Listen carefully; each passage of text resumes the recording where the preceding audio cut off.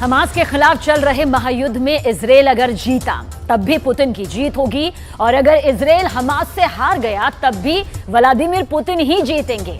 दरअसल ये बात अब नेटो को भी बखूबी समझ आ गई है, लेकिन नेटो अब ये जानकर डरा हुआ है, सहमा हुआ है कि उसने इजराइल के साथ हमदर्दी जताकर अपने हाथ खुद ब खुद जला लिए।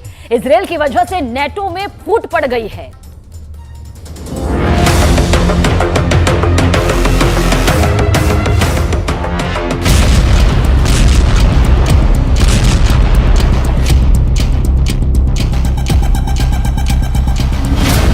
क्या इजराइल का युद्ध नेटो के टुकड़े टुकड़े कर देगा?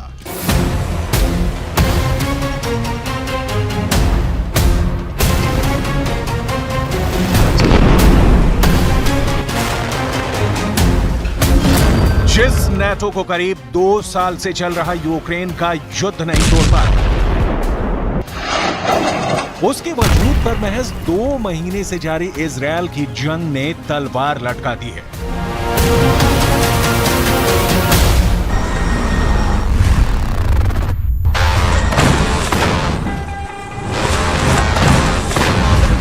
रूस को दुश्मन मानने वाले नेटो को अमेरिका का दोस्त ही मिट्टी में मिलाने पर तुला हुआ है।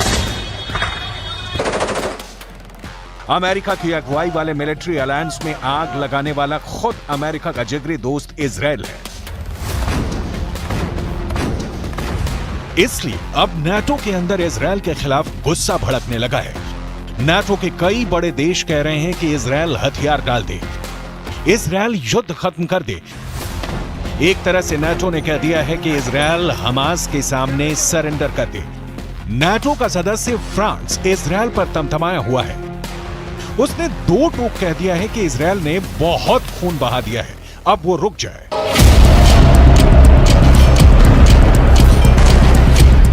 नेटो देश तुर्की तो हमास के लड़ाकों को फिलिस्तीन की आजादी के लिए लड़ रहे स्वतंत्रता सेनानियों का तमगा दिए बैठा है। स्पेन तो इजराइल के मुंह पर कह चुका है कि वो गाजा में ठीक नहीं कर रहा। इटली भी जंग से खौफ में है, वो तो मांग कर रहा है कि फिलिस्तीन को उसका देश दो और फसाद को खत्म करो। मगर नेटो का नेतृत्व करने वाला अमेरिका वो इजराइल को हथियार देने में लगा है। यानी फ्रांस, इटली और तुर्की सीधे सीधे अमेरिका के खिलाफ खड़े हो गए हैं और नेटो में अमेरिका की मुखालिफत करने का एक ही मतलब है। नेटो में 2 फाड़ के पूरे आसार बन गए हैं। क्या इजराइल की वजह से नेटो टुकड़े टुकड़े हो जाएगा?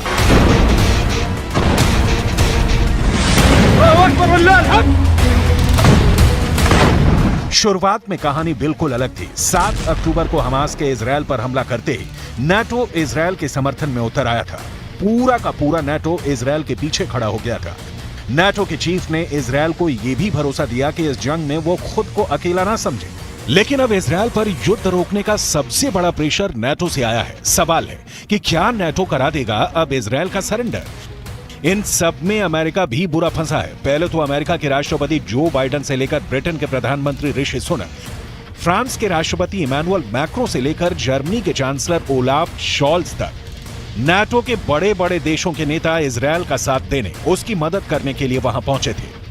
लेकिन अब यही देश इजराइल का साथ देने पर बट गए हैं। कह रहे हैं कि इजराइल खुद पर लगाम लगाए। ऐसा कैसे हुआ?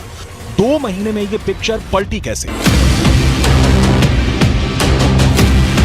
इजराइल के सिर पर हमास से बदला लेने का ऐसा भूत सवार है कि वो बेकाबू हो गया है। वो लगातार गाजा पर बम गिरा रहा है। गाजा के निहत्थे लोगों पर भी रहम नहीं खा रहा। 15,000 लोगों की मौत हो चुकी है, हजारों बच्चे मर चुके हैं। इजराइल के इन अंधाधुंध हमलों ने ही नेटो के लिए अब बहुत बड़ी मुसीबत खड़ी कर दी है, क्योंकि नेटो तो एक अलग मोर्चे पर बुरी तरह फंस गया है। नेटो और अमेरिका इस वक्त यूक्रेन को बचाने की आखिरी लड़ाई लड़ रहे हैं। अमेरिका इस वक्त रूस, चीन और ईरान जैसे अपने सबसे बड़े और खूंखार दुश्मनों से भिड़ा हुआ है। ऊपर से अब इजराइल के साथ खड़े होने की वजह से मुस्लिम देश भी नेटो को आंख दिखा रहे हैं। लेकिन इजराइल अपने कदम खींचने को तैयार नहीं। इसी वजह से नेटो का अहम सदस्य फ्रांस आग बबूला हो गया है। उसने इजराइल को एकदम साफ लफ्जों में चेतावनी दे दी है कि हमास से लड़ने के नाम पर इजराइल पूरे के पूरे गाजा को निशाना नहीं बना सकता। फ्रांस के राष्ट्रपति इमैनुअल मैक्रों ने कह दिया है कि इजराइल एकदम साफ साफ बताए कि वो इस जंग से क्या हासिल करना चाहता है।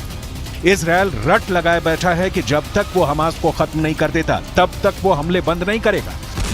इसी बात पर मैक्रो ने इजरायल के पीएम नेतन्याहू को आड़े हाथों लिया और कहा कि अगर इजरायल को हमास को खत्म करना है तब तो अगले 10 साल तक लड़ाई खत्म ही नहीं होने वाली। तो क्या इजरायल 10 साल तक ऐसे ही बमबारी करता रहेगा? On est à un moment où les autorités israéliennes vont devoir définir plus précisément leur objectif et l'état final recherché. La destruction totale du Hamas, qu'est-ce que c'est et est-ce que quelqu'un pense que c'est possible? Si c'est ça, la guerre durera 10 ans. यही macro 1.5 महीने पहले तक कह रहे थे कि Hamas से लड़ने के लिए पूरी दुनिया को उसी तरह एकजुट होना चाहिए जैसे आईसिस के आतंकियों से लड़ने के लिए हुई थी। तुर्की जैसा नाटो का ताकतवर देश तो शुरुआत से ही दूसरे पाले में है, वो हमास के साथ खड़ा है और नेतन्याहू को हत्यारा और चोर बता चुका है। तुर्की तो नाटो को भुलाकर साफ कह रहा है कि मुस्लिम देश एक साथ आए और इजरायल को सबक सिखाएं। स्पेन के प्रधानमंत्री तो ये कहकर इजरायल को इतना गुस्सा दिला चुके हैं कि वो गाजा में मानवाधिकारों का पालन नहीं कर रहा। नाटो का तीसरा सदस्य इटली भी कह रहा है कि हमास और इजरायल अपना युद्ध बंद करें।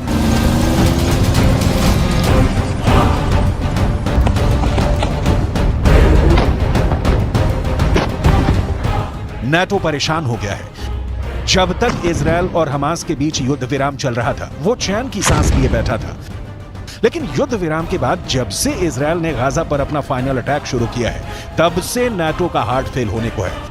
वो यूक्रेन पर फोकस नहीं कर पा रहा। अमेरिका का ध्यान भी यूक्रेन से हटकर इजरायल पर चला है और इसका पूरा फायदा मिल रहा है रूस को। पुतिन यूक्रेन में तेजी से आगे बढ़ते जा रहे हैं। इसी बात ने नाटो की रातों की नींद उड़ा दी है, क्योंकि अगर रूस ने यूक्रेन जीत लिया तो नाटो का वजूद मिट्टी में मिल जाएगा। और 74 साल पहले नाटो बना ही था रूस से लड़ने के लिए। एक तरह से पूरे यूरोप को इजरायल ने फंसा दिया है और इसका सबसे बड़ा फायदा उठा रहे हैं व्लादिमीर पुतिन।